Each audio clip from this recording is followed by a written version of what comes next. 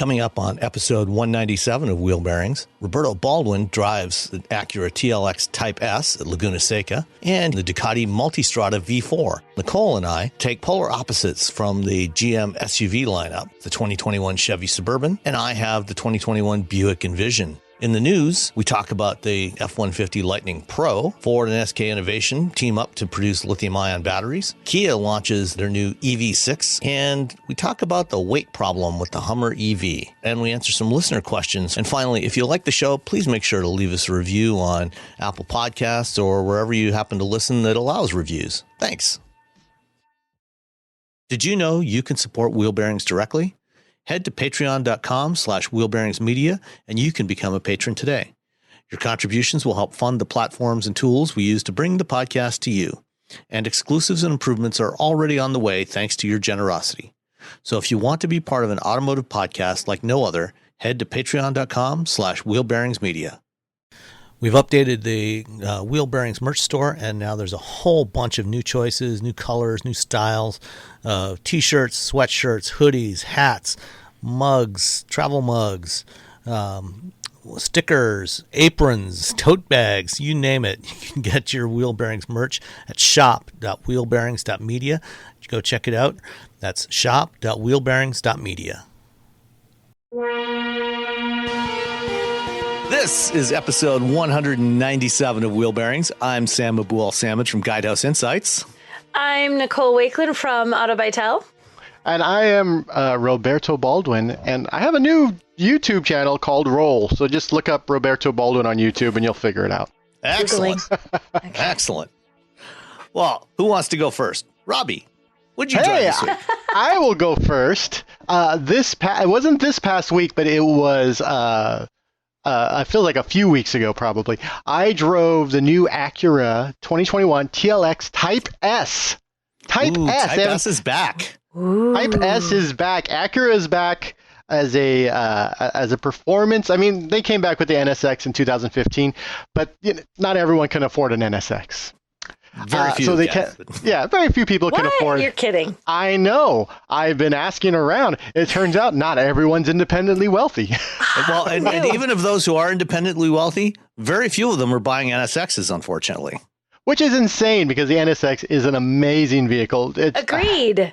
It's so wonderful. You get all the fun of a supercar and all the reliability and dependability of an Acura / Honda. Indeed. What's there not to love? So I drove the Acura TLX Type S. They let me drive it at Laguna Seca, which was fun. That's so always a bonus. Yeah, I got to drive it down to Corkscrew. It is an impressive vehicle. I was pleasantly surprised. It is quick. It has a turbocharged, it's dual spool turbocharged V6, which they built specifically for this vehicle.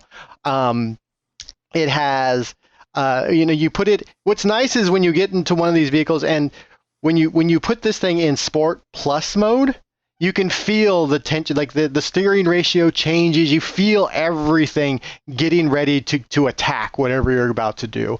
But then you put it in comfort mode and it's actually, a very comfortable vehicle. You could, drive it to Vegas or I don't know, whatever people do on the weekends, drive really far. I love it when that button actually makes a difference because sometimes you push the, sport comfort button and you're sitting like, I feel absolutely nothing. I hear absolutely nothing. Like you can't tell the difference. So exactly. All they do is remap the pedal. Yeah, you're like, this is nothing anybody can tell. But no, it's, they pulled the brake system over from the NSX, which is great because the brake throw is really short. But it's not like the Giulia where if you step on it and all of a sudden you're like, ugh, you still have a lot of control, but it's very short. And I love good brakes because good brakes keep me from running into things. This is true. I'm looking at it right now. I pulled up the website as we're talking. $52,000? That's all it starts at? Is that right? Yeah. Yeah, it's a little bit cheaper than I think the A4 and whatever BMW. I forget That's what the kind of BMW impressive for 52. Yeah, 50,300 to be precise, according to their site. So it is a very tech oriented, sports sedan. They're using electronic brakes. They're adjusting the steering ratio and everything through electronics. Everything is electronic, which most cars, they do it, but the automaker doesn't really make a big deal about it. Right. And Acura is sort of saying, yeah, we're doing this. And the result is a pretty large, wide sedan that feels smaller than it actually is when you're driving it, which to me is always a plus. When you get into a sports sedan and it ends up feeling like, whatever series or whatever class lower than what it is, if it feels smaller and nimble, then that's, A plus. Good job, engineers. Yeah. It's nice, when you have a car that you're going to be, using it as a daily driver, to have that little bit of extra room to spread out, especially, in your case, you're tall, Yeah. So having that extra room, I'm sure you appreciate, but then, to not have it feel like it's huge when you're going out, hitting the country roads on a Saturday morning. Yeah, it is. I really, really liked it. I was, and I've been a Honda fan ever since, my second car, which was a Honda, and then my third car was my Honda, and then my fourth car was a Honda. But you have to sort of look at where the market is and where this car fits in that segment. And in that segment, it's a pretty screaming deal. And it's the return of the Type S. And, they're going to be an MDX is going to have a Type S, of course, because everyone has to have a really fast SUV. But there's going to be more Type S's coming down the line, which I'm very happy to report. And yeah, Acura is properly coming back as that, the precision crafted performance brand within Honda. Yeah, I saw the MDX coming as a Type S. I love that car. So I'm excited to see a Type S in that. That makes me happy. So yeah. I've got a question for you, Robbie, since we haven't talked about an Acura since you joined the lineup. I'm curious to hear your impressions of the Acura touchpad, because it's been a fairly controversial element ever since they launched it on the RDX a couple of years ago. So here I use a tablet with a pen, like a Wacom tablet. And the way a tablet works, instead of like a touchpad, is wherever my pen is, that's where the mouse is on the screen. So absolute positioning. Absolute positioning. That's what I use when I use when I work on computer. I'm actually holding my pen right now. It's just like second nature to have it in my hand. He's waving it at the screen as proof. Yes, I'm waving it. And so when they put me in the RDX, when they first launched it, I was like, oh, this makes complete sense to me. And, I've gotten in the MDX last week when I went to drive the TLX, and then went to TLX. So I actually like it. Just because I don't have to reach really far. They have that little area where you can place your hand, and wherever my finger is, that's where it is on screen. And so if I learn that the navigation is the top left-hand corner, I just put my finger in the top left-hand corner. I don't have to look at the screen. I don't have to look at the touchpad. I can look at the road and enable that. It's sort of the closest thing to having that muscle memory of where the buttons are when you actually have buttons in your car. You just kind of reach over and you turn up the heat, turn it down, or adjust the volume. It's almost like that. And so I understand people who like absolutely hate it, but I think if you had it for like a few weeks, you would I think you would get used to it. So Roberto is the one person that likes no, I'm just kidding. It feels like most people don't like it. It's just you. You like it, Sam? I do like it. Yeah. Yeah. It is. I do think it's very confusing for people who are used to a touchpad on their laptop, and when they first do it, you're used to swiping and moving and doing things, and I think that is very frustrating. And I've had a few people who have asked about, in their computing lives using like a Wacom tablet to work. And I'm like, the first 2 weeks are going to suck because it takes a while to rewire your brain to wherever your absolute positioning, wherever your hand is, wherever the pen is, that's where your mouse is. And so I think it's the same thing with Acura's touchpad system. I think that's true. It just takes a little bit of, if I spent more than a week at a time with it, it would probably become intuitive very quickly. It's just because we're always in these cars for a week or a day when we're doing a drive program. But it does seem like it would just be something that you would get the hang of over time, Yeah. Any of them, like using any infotainment, you just have to use them for a while, and most of them you start to become comfortable with. Yeah. The big bummer, though, is that it doesn't work with Android Auto or CarPlay. So then you're kind of scrolling like it's a Lexus, and then that's a pain in the ass. So there is that. All right. So you also had something else that you're riding that you were talking about is just before we started recording. Yeah, I rode in. I threw my helmet down. It's right behind my chair because I was running late. I am riding the Ducati Multistrada V4, and it's a motorcycle. And if you're not into motorcycles, fine. But what this bike has, it's the first production bike that has it, is radar for adaptive cruise control and blind spot monitoring. So you can turn on adaptive cruise control on a motorcycle, and I've been using it, and it works really well. And my concern was, there's a complacency when you drive a car, when you start using adaptive cruise control and lane keep assist, you sort of start getting lazy about paying attention to what's going on. I think where the difference is when you ride a motorcycle is that you're tuned to always be super uber alert about what's going on around you. So that, for me, that hasn't changed while I'm using it. So if you're a very alert motorcycle rider, then it'll be unlikely that that's going to change, but it does make it so your right hand, you don't get that like claw of always holding the accelerator the entire time, rolling, every time I have to move. If you have to do anything with your right hand, whenever you let go, the motorcycle just slows down. So this isn't a sport bike, right? I forget what the classification of this bike is. It is. It's the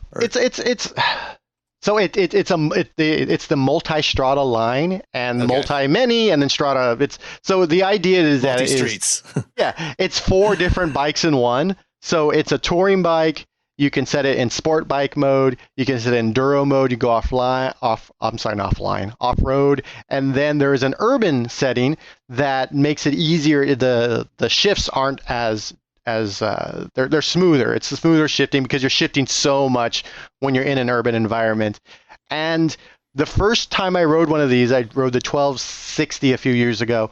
I was like, okay, it's the jack of all trades, master of none. And that's how I went into it. And they're expensive bikes, but it actually feels like all those bikes when you do it. And, it's not the best sport bike. It's not the best enduro bike. It's not, but it is a really good, almost like facsimile of those bikes while you're riding. It's sort of, I buy this one bike and I can do all the things I want to do instead of buying a sport bike and an enduro bike and a touring bike and a commuter bike. I can buy one bike, have all those things. And most of the time, with these bikes, people either are touring with them or they're commuting with them because they have a very high, a high seating position. You can see pretty far. They're great for commuting. I had to do a lot of lane splitting to get here. I still was late, but to get here, so you said it's an expensive bike. So what counts as what is an expensive bike? Like $20,000. It's I'm the person who doesn't know a lot about motorcycles. I'll fess up to begin with. So I'm like, what counts as an expensive bike? I was curious. Compared to a Harley Livewire, that's a bargain. Well, yeah. I mean, I am torn by the Harley Livewire because you can get a Zero. Zero is an electric motorcycle company. They've been around for years. Their bikes are just getting progressively better. Everyone got excited about the Harley Livewire because it's Harley, it's the Livewire, but the Zero is like $10,000 cheaper. Yeah, and I'm just like, well, you're sort of paying for the Harley name, and I haven't ridden the Livewire yet, so I can't really judge it on how well it rides or doesn't ride. But those Zeros, especially the last 5 years, they've really brought it. They've put out some really great bikes with some wonderful accessories and components. They have sort of bikes for different different types of riding. I'm going to let my cat out because he's just sitting there meowing. Your poor cat in the background. I was wondering whose cat it was. Hold on. Give me 2 seconds. The catio was right outside my window. The in my what? office. I built a catio. It's like a patio for your cats. So they can go outside, but they don't go outside. They don't have to, screened in, like a screened Yeah, it's like screened in. It's like a lanai for your cats. Like a little screened-in porch for your kitty. Okay. Yeah, right. yeah. So he came in, and then suddenly he needed out of here. But yeah, it starts at $20,000. It's a fun bike. I really and adding any additional safety on a bike is always I'm always all for it. Yeah, and especially something like the blind spot monitoring seems like that would be a really handy feature to have. Yeah, they're for the most part when you're riding, or when I'm riding at least, I am constantly checking my mirrors, but there's also that look back where you're looking left and right before you change lanes. But every once in a while, you look in your mirror and someone's just flying, and you don't see them, and you miss them. You start to move over, and all of a sudden you hear, whoosh, Yeah. and you're like, you're that close to death. And so having the blind spot mirror, like it pops up on your side mirror like it does in an automobile, and you're like, oh, there's a car coming, or there's a car right there. And so, that right there to me is I mean, that's worth the price of admission. And the adaptive cruise control is fun. It's great. It keeps your right hand from getting tired. But the blind spot monitoring, it's pretty great. They have. Is it like a car where you have to like start paying extra to get these little bits on the motorcycle, or do they like the trim level kind of thing, or is it on everyone? Like it's on everyone. It's sort of their selling point for this one. Okay. But I can see where they can kind of start selling things. I was just curious if it was like, if you want this nifty gadget, you got to pay an extra X number of dollars. Or start doing a subscription where you pay by the month for it. Oh yeah. Everyone loves that. Everyone. Nicole. Yeah. What have you been driving? I'm driving a very tiny little vehicle that is, easy to drive around. Chevy Spark? Yeah, sure. Chevy Suburban. And it is Same huge. Thing. Same thing. They're practically the same. I don't know that there's much of a difference. They both have 5 doors, right? I don't understand why I don't understand why they sell both of them. They should really just have one. Yeah. So I was driving the Suburban, so I could, rip my house off a foundation if I wanted and just tow it along with me, or maybe just stick it in the back seat because it's that big. It's huge. It is a huge vehicle, but I had the one with the 3-liter turbo diesel. So you really could pull your house off the foundation. I really could pull my house right off the foundation should I choose to. So that's 277 horsepower, 460 pound-feet of torque. What's freaky about driving it when you're not actually towing anything is that you mash the gas and it's huge. Like you have this sense of like, I'm getting on the highway, I'm going to need to move. I had better hit that gas hard or I'm going nowhere. But with that turbo diesel and nothing, you take off like nobody's business. It's like, whoops. Okay, let me ease up on that a little bit. I don't need all that power and there's nothing in it but me and my husband. That's it, No, I like driving it. It was funny. We had a contractor at the house for something and he was all about it. He's like, I want to replace my truck with this. I want to get this instead. So he was all excited because of the diesel. That was his entire reason for wanting. He's like, I wouldn't get it without a diesel because I need something that has the oomph to be able to tow. What does this tow? Up to 8,000 pounds that this can tow. So it definitely, I thought that was interesting that he's a truck guy, just a truck guy. But he's thinking, okay, I could actually move over to this because this gives me the benefits of having all the extra seating and the versatility, but it still can do some truck guy stuff and do the work he needs it to do. And it's a beautiful interior. I mean, it's not cheap. This was, I got to double check here, $82,000. So it's not an inexpensive choice. But if you're going to go for something you want that large SUV and you need the capability, I mean, it's a great way to go. And it has cool standard stuff. Like it is a 10.2-inch touchscreen. I love it when you don't have to, that's standard. Like you don't have to you're going to get a 4-inch touchscreen on the very base trim. If you want anything extra, shell out some money. It's like, no, you can get the base one. You're still going to get this giant touchscreen. So I was pleased with it. I liked it. Cool. And yeah. What kind of fuel economy did you get with it? I never look at fuel economy. Oh.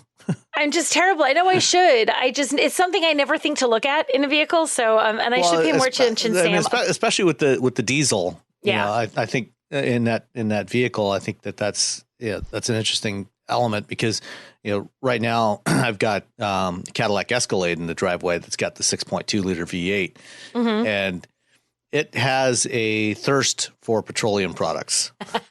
But I can't remember the pricing in the Suburban, but in the Cadillac, you can choose either the 6.2 gas V8 or the diesel for the same price. There's no price premium for the diesel.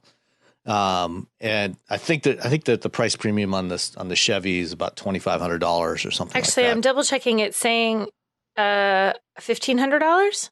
If I'm reading that right. Is that all? Okay. I believe it's 15. I'm looking at a sort of blurry copy of a Monroney here. But it looks like it's about 15 for the diesel, which isn't that bad.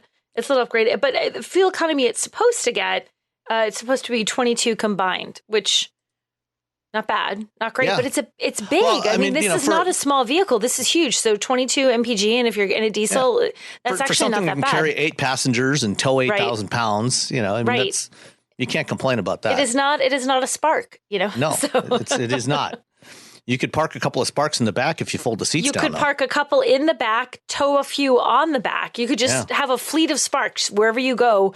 Everyone could get out of the vehicle and get into their own Spark and go about their business. When you go into Boston, you can park the Suburban on the perimeter and then just drive the Spark into town. That last mile, it's the last mile solution. Now your last mile solution is buy a Suburban and put a Spark inside of it. It's like, back in the late 80s or early 90s, Honda had a car in the Japanese market, a K car. It was the Honda City, I think, or it was either the City or the Today, that actually had a little fold up motor scooter that went in the back. So you could take that out, fold up the handlebars and everything and ride off in that thing. Same thing, with the Spark and a Suburban. Right. And you can actually park the Spark in downtown Boston. You could, and then it wouldn't be a scooter, so you would not be frozen to death for 6 months of the year riding your scooter into Boston. You would be. Precisely. Yeah. So I also had a GM vehicle this week, a GM SUV that's a little bit smaller than the Suburban. I had the new Buick Envision, which is it's the second generation of the Envision. And the Envision, for those that don't recall, is the first product that GM has imported to North America from China. It's actually built in China. It's built exclusively in China. It's a compact crossover, same size as an Equinox or RAV4 or CRV, Ford Escape. And I think it's a really nice size.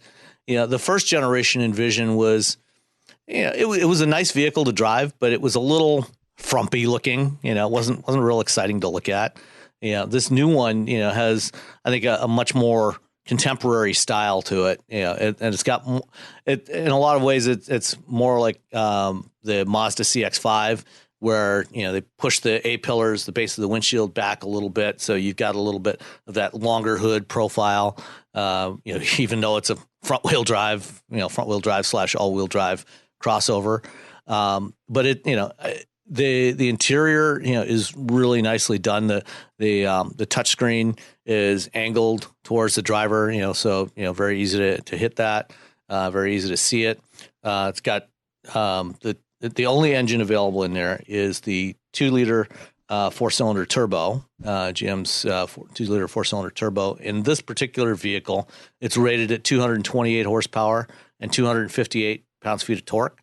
And again, it feels plenty strong enough. There's no shortage of performance here. It's not going to outrun a Tesla Model Y performance or anything like that, but it's more than adequate for all of your daily driving needs. The model I had also had all-wheel drive, and its fuel economy is rated at 22 city, 29 highway. I got 26 all around over the course of a week.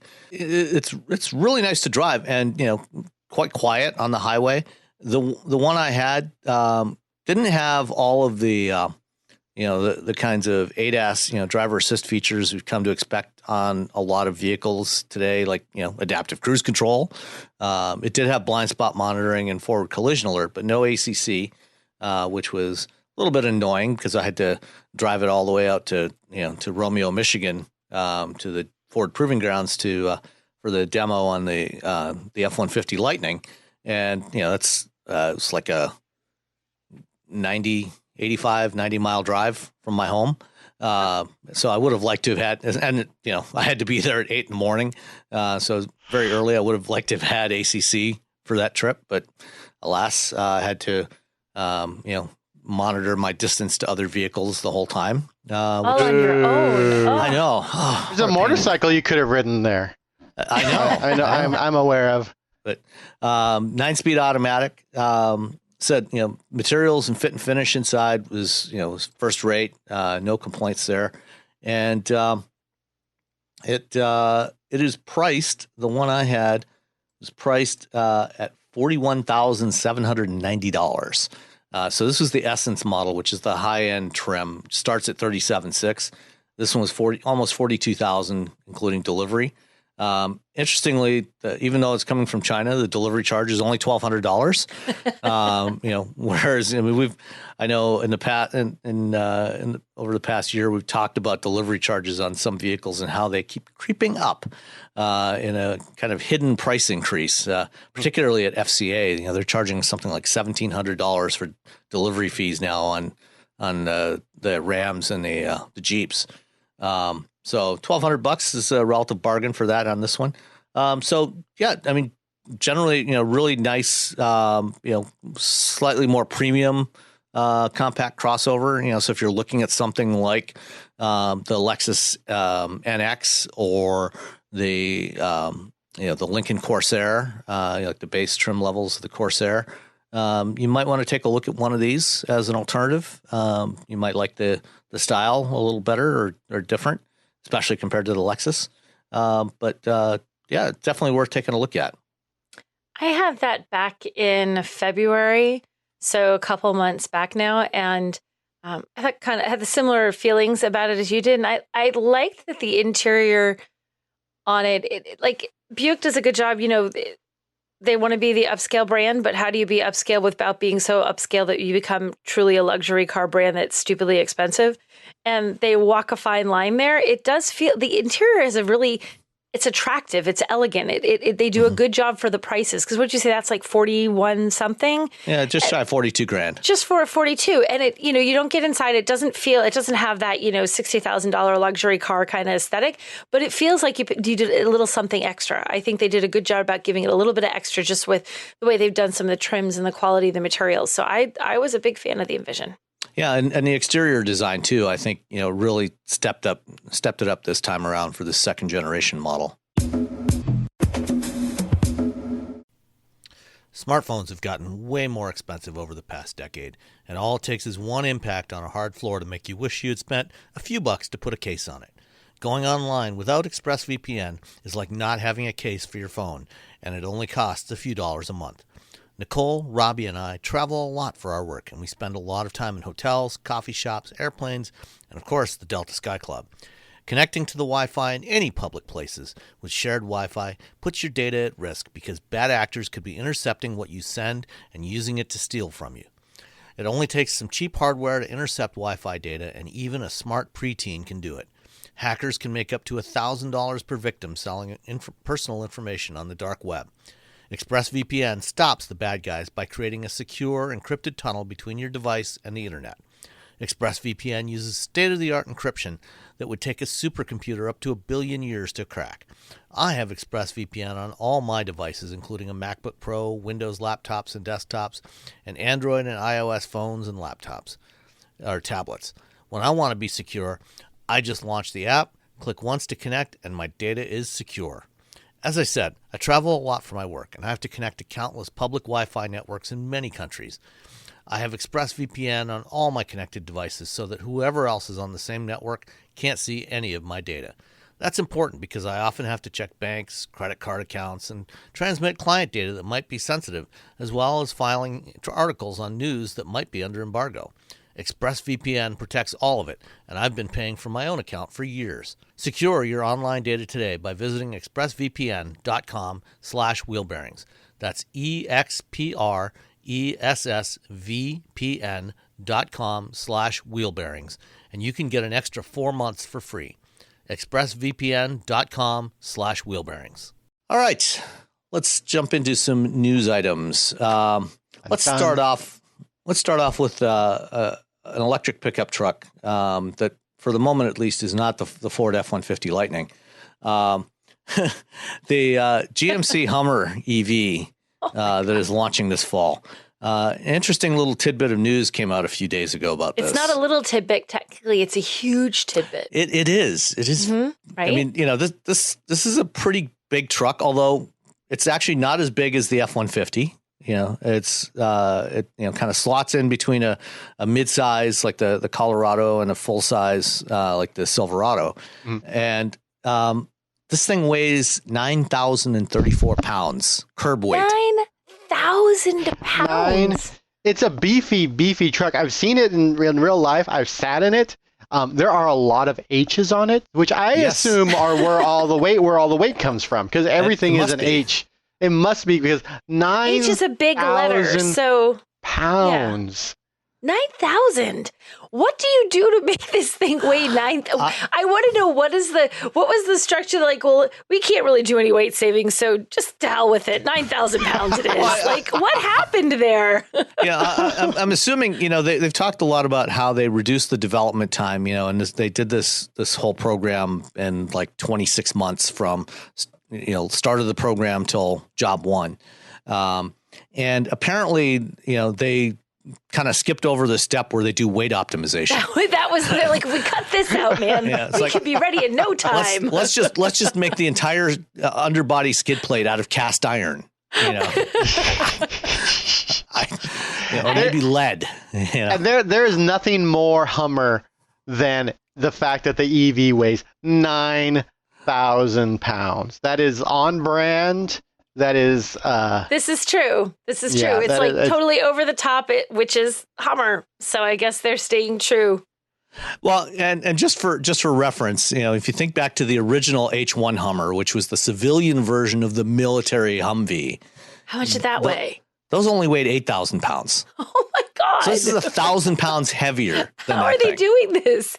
I feel like there's an engineer somewhere listening going, wait, I can explain. Hold on a second. Now, granted, I talked to a rep from GMC the other day, just to verify this when the news came out. And he said, that's the weight for the edition 1 or first edition or whatever the first one they're building is. And that one's loaded. I mean, it's got no options. Everything is standard on there, including like 18 cameras. But cameras, they weigh a few ounces. How big are the cameras? I mean, I'm like, they'd have to be like what you'd use like an NBC or something mounted on each corner of the car. I think they must be using big Hasselblads or something mounted all over the car. I mean, it's almost part of that sort of weird that game where you have weight versus battery. Like how much, they want 350 miles, so they have to add more battery, but that added more weight, but you need more battery in order to move the weight of the battery. And then it's just this big chunky truck. And so it's just like, well, how much is battery and how much, where is the line? Where is the, where you wonder what like sort of like the break even point version, like, like of where the adding extra battery, the weight no longer makes it worth it to keep doing this, Well, they've said, it's a 200 kilowatt hour battery for this one. And, I think that they've said, that the energy density of this battery, their new Ultium batteries is somewhere around 250 watt hours per kilogram. So this battery should weigh about somewhere between 2,500 and 2,700 pounds, which is, bigger than most other EVs, but most other EVs, have at most like 100 to 140 kilowatt hour battery. This is 200 kilowatt hours. Yeah, it's going to be heavy, but still, that's only, let's be conservative and say, 2,800 pounds. Where the hell is the other, 6,500 pounds in this thing? I'm baffled. I don't know when we see it. Well, you've seen it, Roberto. Does it? Yeah. Is it all the H's? I mean, like you said, is it all just H weight? It feels heavy. It feels big and heavy. Just looking at it, like I didn't pick it up. It looks heavy, but it looks heavy. You walk up to it, you're like, this feels. It's husky, I guess you would call it. I don't know. Husky. If it were,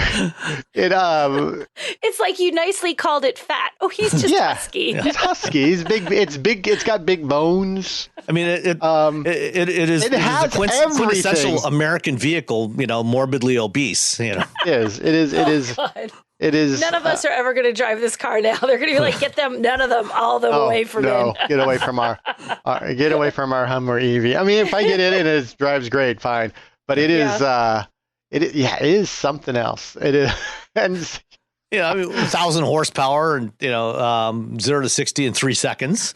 I guess if it performs the way it's supposed to perform, who cares how much it weighs? Is that going to be what it comes down to? Well, I think one of the challenges, there's actually a lot of roads in the United States or a lot of bridges that you cannot cross with a vehicle that weighs over 8,500 pounds. Oh, wait, you're kidding me. It's like 85, like a magic number. Yeah, for... 8,500 is the upper limit for Class 1 and Class 2A vehicles. So once you go past 8,500 pounds gross vehicle weight, so that's the weight of the vehicle plus whatever payload is in it, then you're into Class 2B, you're into medium duty trucks.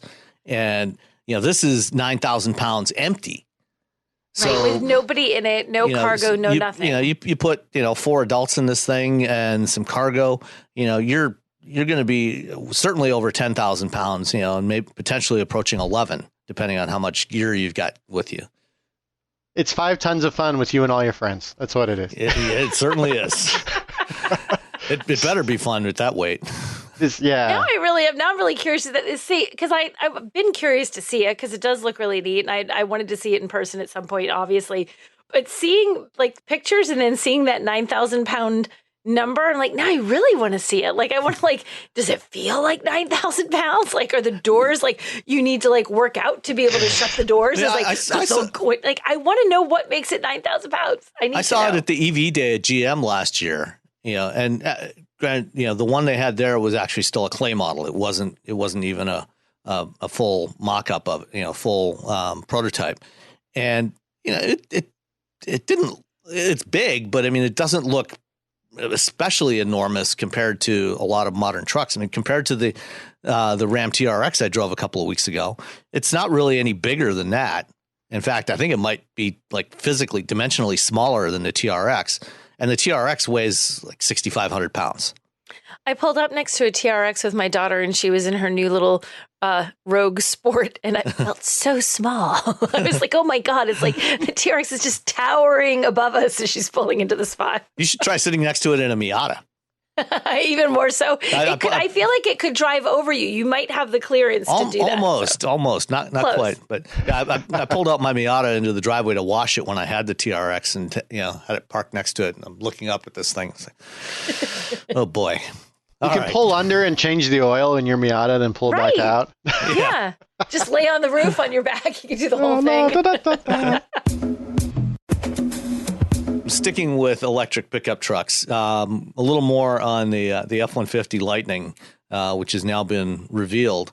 By the time that this recording is out, we'll have the official word out on the F-150 Lightning Pro, which is the commercial truck version. So this is, even though it's badged as Pro, it's actually the base version of the F-150 Lightning, which is the electric F-150.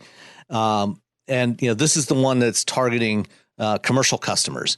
And I actually wouldn't be surprised if this is actually the best selling version of the Lightning, because, there's a lot of appeal for commercial customers for this thing, especially in terms of low operating costs. This is the one when they talk about a $40,000 F-150 Lightning. This is the one that's going to be $40,000 is the Lightning Pro with the standard range battery pack, 230 mile battery pack. The extended range version with 300 miles of range, that one's going to be $50,000. So $10,000 more for the extra 70 miles of range. So this is going to be configured, pretty much like an XL, like a regular F-150 XL. Basic work truck, vinyl interior, but it still has, a lot of features like the Pro Power on board, to power your tools. It has a 12-inch, touchscreen with Sync 4 in there. And a lot of the other goodies. Isn't it a fancier version of Sync? Did I read it's like Sync 4A or something, which is like the latest and greatest, fanciest version of Sync ever made? 4A is the version that's on the Portrait 15.5-inch screen. Gotcha. Okay, that's where I'm seeing the 4A. The screen from the Mach E, and that same 15.5-inch screen will be in the Lariat and Platinum versions of the Lightning. It's only the top. Okay, I wasn't sure what got the 4A. So. Yeah, so there's 4 trim levels. There's the Pro, which is the base, the XLT, which is the mid level, and then the Lariat and the Platinum. And the Lariat and the Platinum get the big screen, and the 4A, which has a slightly different user interface because the different layout, and then the 4 is just the landscape layout. So any thoughts on this thing? I mean, they're Ford has been building, commercial grade, contractors, fleet, the F-150. That's, you look in almost any municipality, they probably have a ton of F-150s. If you talk to most contractors are driving around in a white F-150. And so this is, this is a huge base of customers, and making sure they're like, hey, we're making this for you. And it has all these telematics and all this information that helps them sort of track how the truck's being used, track individual drivers, like all the things are sort of baked into it. I mean, it's sort of a no-brainer, and it really like puts a stake in the heart of Lordstown, which was trying to like, hey, we're making a commercial grade truck for everyone to use. Like, are you going to buy the F-150 from Ford that's less expensive from a brand that's been around for 100 years, or are you going to buy from Lordstown, which is, yeah. And I was watching the briefing earlier today on the commercial truck, and they talked about some things like, from that telematics data that they have, from all their customers, they found that 95% of the commercial users drive less than 175 miles a day, which is actually, quite a bit, but 95%, less than 175 miles. So that they figured for the vast majority of customers, that 230 mile range is actually going to be more than adequate. And then, you've got the longer range version available as well. One of the other key things they mentioned, is that Ford now 2,300 of Ford's dealers across the United States are EV certified. So they're certified to service these things, to work on these things. And they will have the tools and the spare parts. So even if you have something like a battery, that has a bad module in it, that you can take it to one of these certified Ford dealers. They can pull that battery, replace the module, and have it back in and back to you the same day. Whereas Lordstown has no service network. Who's going to work on these things when they have problems, which they probably will. Poor Lordstown. Well, I mean, Lordstown has been a boondoggle from the start. I mean, it's a company. Yeah. It's a company based on another failed company that's paying the failed company for every truck they build. So it's just when you look at just everything around Lordstown, you're just like, wait a second, what's going on here? What I feel bad for the people that live in that area that got laid off when GM closed the plant, when they stopped building the Cruze there. And, then, Lordstown swept in, and you had some guy from Washington who came in and made a big deal about all this, about how this was going to save, the Northeast Ohio region, turn it into, what do they call it? Electron Alley, I think, or something like that. All I can think of is Electric Avenue, that song from the 80s. So everybody enjoy that earworm now. But you're right, Robbie. This, Steve Burns, the CEO of Lordstown, there was a lot of shady stuff that went on when he ran Workhorse Group, and Workhorse, has never had much success at all. And they essentially got this plant for free from GM. They technically paid GM $20 million for the factory, but GM had to give them a $40 million loan so that they could pay GM back $20 million for the factory. And they still had some cash left over because that's some fun accounting. Oh yeah. So, I think, the only reason that this enterprise even exists is because, when GM shut down the plant, they got so much bad press. They just wanted it to go away. And they said, fine, take the plant. We'll give you some money, do something, please, And, meanwhile, GM is building a battery plant, basically next door. So. Well, when Lordstown, if Lordstown goes out of business, then they can just take back over that and build some more stuff. Or another automaker could come in and they can just sell it to the next one and sell it to the next one and sell it to the next one. Yeah, eventually they'll make a profit, right? Maybe when Rivian is ready for a second plant, they can come in and take it over. They could be like, hey guys, let's take that off your hands. We can help. we got a lot of money in the bank and actual trucks that run. If you and actual vehicles, so hey. And real partners, not letters of intent. Next up, Kia EV6. As we record last night in Times Square, Kia had a big event and unveiled the EV6, which is their first purpose-built EV. Not their first EV. They've had the Soul before, and they've got the Kia Niro EV as well.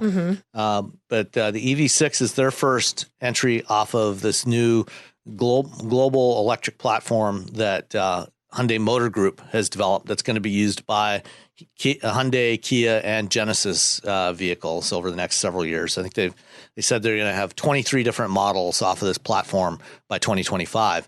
And we've already seen the Hyundai Ioniq 5, which should be arriving here sometime this summer. EV6 is coming beginning of next year. What do you think of this car? Okay. First of all, I am still angry. I'm not angry, but disappointed that no one said, "Hey, maybe we should not call it the eGMP because it says eGimp for their electronic platform." Oh, geez! Until you said that, I'm like, "What is he talking about?" And I looked at it. Yeah. Oh, sorry. Now I've ruined it for you and for everyone listening. Dang it, Roberto. Yeah. Sorry about that. Okay, that's okay. I'll get over it. I'm shaking it off. I apologize. Okay. But you know what? I'm happy that the Hyundai Group is going with an 800 volt system. Ford, the F-150, 400 volts. Mercedes, 400 volts. I'm like, what are these people doing? You need the 800 volt system if you want to have that quick charging. If you want to just point at Tesla and say, hey, we can charge as quickly as whatever you're building. Now we're just waiting for the infrastructure in order to do it. Actually. Yeah, quicker. It's like, what is it? 350? 350 kilowatts. So, they can go to any of the 600 plus Electrify America stations now and find a 350 kilowatt charger and top this thing up. It can get up to, it can go from 10 to 80%, which is 210 miles in 18 minutes. Yep. Bam. That's fast. That is fast. That's faster than a Porsche Taycan. Yeah. So the Taycan only does 270. So yeah, it is. I like the way it looks, but the Hyundai looks better. The Ioniq 5. Yeah, I mean this is an interesting new design direction, I think, for Kia. I think the one of the neat elements is at the tail. It's got kind of this little mini ducktail type of thing. That incorporates the light strip all the way around it. And they're calling this thing a crossover. It's more like, I'm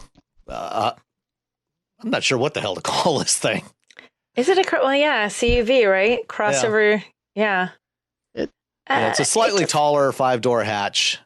Yeah, it looks sort of hatchbacky, but I get it. I get the crossover. It's a squished crossover. Yeah. Because it's got a very short hood. Doesn't have any kind of marketing ring to it, though. No. The new Kia squished crossover, but it's very low. The roof is very low, so I don't know. But is it low or is it low or is it a trick? Because the Ioniq 5 is like the same height as like a CRV, right? Like this is really I'm looking at pictures. It's a visual trick. So it just make it look very low to try to make it look somehow like, everybody wants the sleek and sporty thing going on. Yeah, is that what they're trying to do? Really short hood, because the base of the really windshield short. comes right up, to like the middle of the right up to the front axle. And so you've got a long greenhouse that I think makes it visually look lower than it is. I like the profile though. Like there's this one really cool profile shot that they have, and it looks pretty. It looks slick. I like it. And I think it looks cool. They're going to have a GT model with 576 horsepower, 0 to 60 in less than 3.5 seconds, which will be the quickest Kia ever. The quickest Kia ever. Ever. I think this is going to be cool. I like the interior design stuff that they showed off too, because Kia always does sort of fun stuff with lighting. It's like it's its own little segment, fun with lighting from Kia. Like they always do these neat little interior treatments. And when you look at the interior shots of this, they've done some neat stuff. It's got some nice interior lighting, and it seems like it has a nice design. I like how they have even the cell phone charger positioned on the center console. Is the start button on that too? Looks like it, yeah. The start button's on the center console. That's kind of slick. It just has a different look. I like it when they do something different and attractive and eye-catching, and it definitely has that. It also has an augmented reality heads-up display. So, the heads-up display will display information in multiple planes. So like heads-up displays today, you see the information floating above your hood somewhere, and everything's in the same plane. So it's the same focus point. But this is going to be multiple planes. So when you're using navigation and it's telling you where to turn, it'll look like the arrows are actually on the road at the point where you're supposed to turn. And as you get closer to it, it'll grow. Okay, they show an image of exactly what you're talking about, and they show the one that just has arrows pointing to the left, which kind of looks like the traditional head-up display we're all used to. But the arrows to the right that are angled and look like they're that is actually kind of neat. That would be really neat to teach, because there's the worst when you're trying to follow the right turn and you're looking at a right. You're like, where's my right in real time? Oh wait, there it is behind me now. Like right. So to see this and have it kind of angling like right about here, that would be really neat. I like this. Do that on all the head-up displays. There will be several next year. The Cadillac Lyric is also going to have this same type of system. Similar kind of thing. That's a cool system. I would like to see that live and in person and see if it keeps me from missing as many turns as I currently miss. So. Me too. And of course, since this is electric and it's so quiet, you'll actually really be able to take advantage of the Kia Sounds of Nature feature in this thing as well. It's raining. And you're like, what? Okay, sure. I'll just turn that on. You're sitting in a Paris cafe. The cafe, when I had it kept coming up to cafe and something I was driving, and my daughter's like, why does it sound like a coffee shop in the car? I'm like, oh, let me turn that off. It also, I wonder if it still has the recorder, like the voice recorder. Like you can just record your voice. Like there's a voice recorder in Kia Hyundais. And so sometimes I will just like record my voice and I'm like, hey, it's Roberto Baldwin. Hi, fellow automotive journalist. And then I'll just leave it there and go on my way. I have no idea. I so want to get a car that you drove and did that in. Dang it, but you're too far away. Okay, let's get on to some listener questions or comments. First one was an email that came in from Jonathan Bonesteel. And he sent us a photograph. There's no actual question, just sent us a photograph and just had the comment, shouldn't this be in Australia? And if you scroll down and look at that, you will see a photo of what appears to be a Holden Ute, which is the Australian word for pickup truck.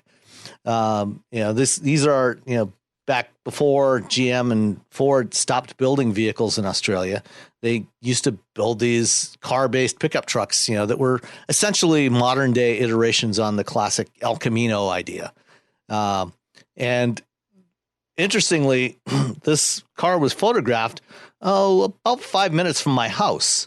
Right in front of the Ipsy Food Co-op, where I go every Saturday morning to pick up some stuff. Maybe this guy was stalking you. Was he waiting to see you on your Saturday morning grocery run? And he's like, wait, cool car. Forget about Sam. It could be. Yeah, it could very well be. Thinking about this, there's a regulation that now they changed some years back, that once a car that was built for an overseas market is more than 25 years old, you can now import them into the United States without having to go through the process of federalizing it, without meeting U.S. emission standards and putting U.S. headlights and bumpers and all the other stuff. So if it's over 25 years old, you can import it. This car is very clearly not 25 years old. This is a car that was built somewhere in the latter half of the 2000s, maybe early 2010s, based on the model that this is. And so you wouldn't have been able to import this, without going through the normal federalization process and getting it certified. Are there that many things that you would have to change on this? There's quite a few, yeah. Yeah, it would be significant. There's a fairly significant number. But there is one possible explanation for why this car exists in Ypsilanti. If you'll recall, back in 2008, or was it maybe it was 2009? In 2008, just before everything went sideways and GM went through bankruptcy and they killed off Pontiac and Saturn and Saab and Hummer. They, at the 2008 New York Auto Show, the Pontiac press conference had a very interesting pairing on the stage. Bob Lutz and 50 Cent there to announce the Pontiac G8 SUT, I think they called it, which was basically one of these Utes because, Pontiac had been selling the G8, which was a U.S. version of the Holden Commodore for several years. And people had been clamoring, please bring us the pickup. We want a modern El Camino. Yeah. And so they announced it. They showed it on stage at the New York Auto Show. I was there at that press conference. And that's the last time we ever saw it because less than a year later, the Pontiac brand was dead. Gone. The G8 was dead. The pickup was dead. Everything was dead. But in that time period, in that interim, GM had certainly brought over some of those vehicles, and they were doing the development work and going through the certification process because it was supposed to go on sale in 2009. So they would have had some here that were U.S. legal. And my guess is that this is one of those development vehicles that somehow slipped through the cracks and got out of the Milford Proving Grounds. Yeah, because it shouldn't have. If it's a development, it should have died. It should have gone to the crusher. It should never have made it. Its life should have ended in a squish. But unless it was like a late pre-production model. Because when they're going through the launch process, once they've finished development and they're going through, getting everything, the final certification, the last, few hundred pre-production cars that they build are technically what they call saleable. So they are compliant with all the rules. But those are usually kept within the company, and they're driven by employees, for a few months as part of what they call a captured test fleet to shake them out, find any last minute bugs and things like that. My guess is this is one of those late pre-production models that was considered saleable, and some GM engineer decided, I want it, bought it, and then replaced the Pontiac badges with Holden badges. Oh, maybe. Yeah, because if it was if they had kept it as like a museum piece, then it would still have the Pontiac badges. Right. There you go. They would have messed with it. Because that was my thought. I'm like, but if it has the Holden badges. Right. The Holden badges mess up that theory. Yeah. Interesting. So some random, I don't know. You see, now you have to pay more attention when you're at the market, Sam. See if you can see this guy. Throw yourself in front of the vehicle and say, stop. We need to know how you got this here. I will definitely be keeping an eye out for this vehicle now. I feel like if we call GM, they're gonna like chase, like hunt this guy down and take his car away. I know, that'll be the guys gonna be like, dang it, you guys, you busted. Come on. Don't be a narc. Don't be a narc. Okay. We also got some questions from some listeners on Twitter. First one is from somebody named Rebecca Drives. No idea who she is. Who the heck is that? I don't know, but she had 3 questions, really. 3? 3. I know, she's overdoing it. That's not really allowed for future reference, Rebecca. Okay. It's 1 question per listener. Yeah, or at least 1 question per tweet. Per tweet. All 3 of them were the same question? They were the same all tweet? the same tweet, yeah. So the 3 questions are, what is the meaning of life? 42. What are you wearing? And are you my mother? So let's start with you, Nicole. What is the meaning of life? Isn't it 42? The answer to the meaning of the question, isn't that? Am I getting the right thing? Hitchhiker's Guide to the Galaxy, or one of those things? I do believe that is the correct answer. I believe 42 is the correct answer. Thank you very much. What am I wearing? A jean jacket? Are you my mother? No, I'm not. Can't help you with that one. Robbie, you have any responses? Okay, so the meaning of life is have fun, but not at the expense of others. I am wearing, a hoodie and a shirt. I had to wear a button-up shirt because I had a drive program earlier today. And what was the last question? Oh, no, I am no... Are you Rebecca's mother? I don't believe so. I'm pretty sure I'm not. I would say I'm 97% sure that I am not Rebecca's mother. Okay. I can say I'm going to go with 99% certainty that I am not Rebecca's mother. Only 99? There's that 1% possibility. I appreciate you can never be absolute about these things. Yeah. Okay, that's fair. That's fair, Sam. That's fair. You always got to leave a little wiggle room. And I have worked in PR in the past, so I know the importance of using weasel words. What am I wearing? I'm wearing a Mustang T-shirt and shorts. And the meaning of life is whatever the hell you think it is. Whatever you want it to be. Whatever. Enjoy it. All right. It is coming up on 9:28 Eastern time, and I believe you have to leave, right, Nicole? I do. I have to disappear. I'm picking up a child who is arriving back from college, and she will be at the airport standing there sadly with her bag if I don't show up. So I'm going to have to cut out a little bit early, guys, but it is fun. And, be nice while I disappear and you finish the podcast, and I'll see you guys next week. All right. See you next time. Bye, Nicole. Bye. All right. And then next question came from Coach Cabrera. What is the long-term plan for disposing of all these electric car batteries? It's a good question because there's going to be a hell of a lot of them. I think the big thing is recycling, trying to recycle, because we're going to be making so many batteries. In fact, one thing we didn't talk about was Ford this morning announced a joint venture with SK Innovation. They're going to get into battery cell production as well, along with GM and Volkswagen and Stellantis and probably other automakers. And they talked about Ford alone, for North America, expects that by 2030 they're going to need 140 gigawatt hours a year worth of lithium-ion batteries.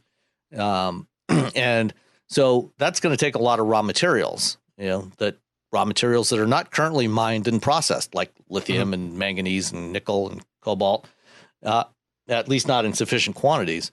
And so the key is going to be recycling these batteries and getting those raw materials back out of depleted batteries and putting them back into new batteries. Yeah, a lot, and so there's recycling. You want to extract all the important bits back out of the batteries, and a lot of automakers are also talked about how you could repurpose the batteries, because if you take a battery out of a car, which is a pretty extreme environment, and you do something like a Powerwall, like Tesla's Powerwall, where you have an environment where the battery isn't being charged and discharged as quickly and as heavily as it would in a car, and it would work great in homes, or in manufacturer settings, or in those the giant sort of power grid. Instead of using peakers, more and more utilities are using batteries connected to some either solar or wind, and so that's another way that you can continue to use the battery as long as it has something usable in it. And then once it gets to it's completely depleted, then you start ripping them apart and getting all those sweet, delicious minerals. Yeah. Did you see the video that Volkswagen put out? I don't know, I guess about a month and a half, 2 months ago. They have a pilot recycling plant in Germany, and they had a video showing the shredder that they have for battery modules. Oh wow! No, I missed that. Oh, I'll put a link to it in the show notes. But basically, if you think of what a paper shredder looks like. Mm-hmm. Imagine one scaled up that can take an aluminum box, that's maybe 2 feet by, 8 inches high and a foot wide. And you just drop that box in there and it shreds it into little shreds, into little chunks that they can then take and process to extract all those materials back out of it. It's really amazing to watch. Wow. And then, it's funny because you think, well, maybe they open it up and they very gently pull things out. You're like, nope, shred it and suck everything out. Yep. No, all they do is they make sure that the battery is completely discharged first before they stick it in there, and then just drop it in there and shred it and run it through a bunch of processes to get and VW claims that they can get back about 95% of the key raw materials out of this. So the aluminum, the lithium, manganese, cobalt, and nickel. Wow. So that's impressive. And that's now. Yeah. And that's as we're sort of on the cusp of EVs becoming mainstream vehicles, in 5 years, I would hope they could, bring that up to 98, 99%. Yeah, absolutely. All right. one last one from Oleg Kolupayev. Sorry if I've mangled your last name there, Oleg. In light of the changes at Waymo recently, they've had some management changes. John Krafchick stepped down as CEO, actually, they just a report just came out saying that they're looking to raise another $4 billion in external funding.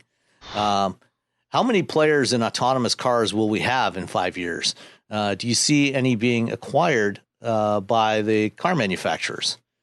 So right now, I would wager that by 2025, 26 timeframe, we will probably be down to maybe 10 major players. It might well be less than that. I think most of the smaller companies will have gotten either acquired by somebody or gone out of business by that time. And probably by the end of the decade, we'll probably be down to 5 or 6. But I don't actually see most of these companies being acquired by automakers. There are a number of them, like Cruise, that is majority owned by GM and Honda right now. Argo AI is mostly owned by Volkswagen and Ford. But I think what's more likely to happen is rather than being acquired by car makers, they're going to stay independent. And in fact, the ones that are currently controlled by automakers are all looking at potential IPOs in the next couple of years, including potentially Waymo, which might IPO, out of Alphabet. So, have you heard anything different? No, and I think what's happened in the last year and a half, 2 years, is everyone has come to the realization that autonomous vehicles are incredibly difficult. It is not as easy as everyone thought. They knew it would be hard, but they didn't realize how hard, and they didn't realize how the resources needed, just the cash. And then Waymo needs $4 billion. $4 billion. That is a lot of money. And Waymo's been testing forever, and they still, we still don't have an autonomous car. As far as, and I'm still thinking we're, another decade before, someone can buy a consumer autonomous car. It is far more difficult than people realize. And I think there was a rush, like there's a rush right now on EV stocks. I think there was sort of a rush on, investing in autonomous vehicles. And now that rush has sort of come to an end as everyone's sort of like, oh, this is really, really hard. And so, yeah, I think there's going to be a lot of consolidation. And, like you said, there's going to be companies that are invested in by automakers, but aren't, outright controlled by them, because the automakers at this point are sort of like, well, this is a lot of money. Why don't we just help these other people? And then when they have it, then we can use it. Yeah. And, in the meantime, what they're doing is they're taking some of the lessons that have been learned, both, in terms of software, but also, some of the sensor developments, and incorporating that into more advanced driver assist systems. So, we're starting to see cars coming to market this year and next with LiDAR sensors, you're going to start seeing vehicles with imaging radar sensors, near infrared cameras, all kinds of features that were developed for automated driving. But, some of that technology is ready now. And so they can start getting some return on their investment by incorporating that and improving the capability of their ADAS systems, and making conventional vehicles, human-driven vehicles, safer. Yeah, I mean, the use of LiDAR as an additional sensor in the vehicle to make it safer is great, because there are there's limitations to a camera, there's limitations to radar, there's limitations to ultrasonic, and so when you have essentially if you have a lot of sensors, you have a lot of redundancy. So if something isn't working because of inclement weather, or something got on the sensor, that's just one more piece of equipment that's going to maybe emergency brake, maybe emergency turn left or right. Every little sensor, everything you put on that creates additional redundancy, especially in emergency situations, is a good thing. And the price is coming down on things like LiDAR and stuff, where before it was like it's $160,000 or some ridiculous amount, and that those prices have dropped a lot.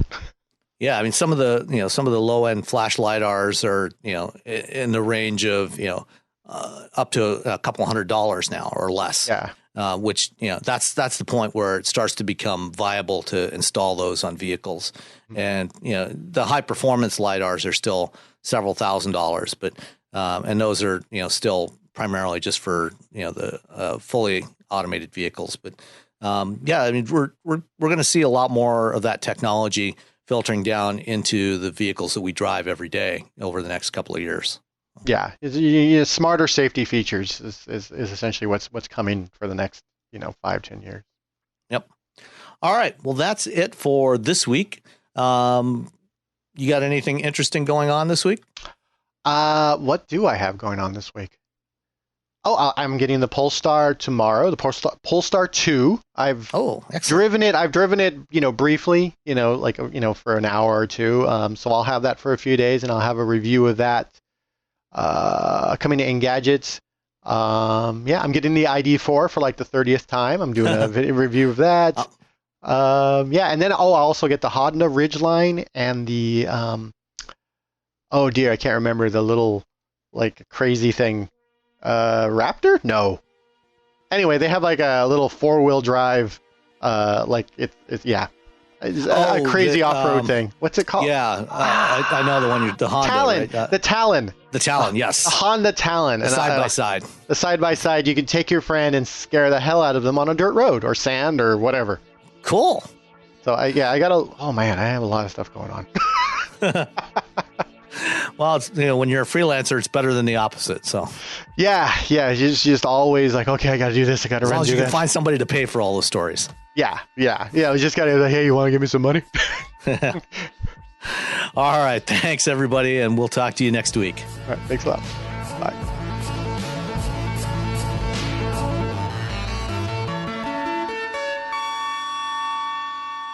At Arizona State University, we've made online education better, smarter, and more personalized so you can go further in your aspiring field. I decided to pursue medicine once I realized that ASU did have the online program for biological sciences. You're still required to learn the same curriculum. You're still being tested on the same content that anyone would be tested on in person. The comprehensiveness of the program prepared me so well for medical school.